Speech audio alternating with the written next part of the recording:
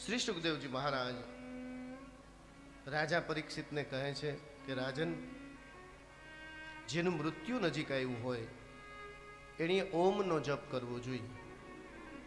આપણે ત્યાં એક પરંપરા છે, કોઈ માણસ ગુજરી જાય ને એટલે પછી લોકો એને એના બાળકોને કહે કે એમ કરો, એના કાન પાસે હાથ રાખી અને મરણ પોક મૂકો.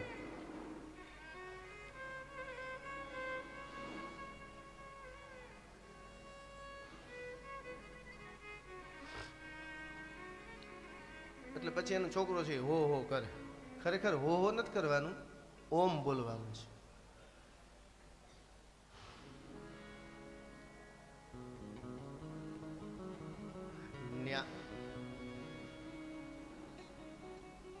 નાસાવાળાએ એમ કીધું કે સૂર્યની અંદરથી એક ધ્વનિ પ્રગટ થાય છે અને એ જે અવાજ આવે છે ને એ ઓમ છે.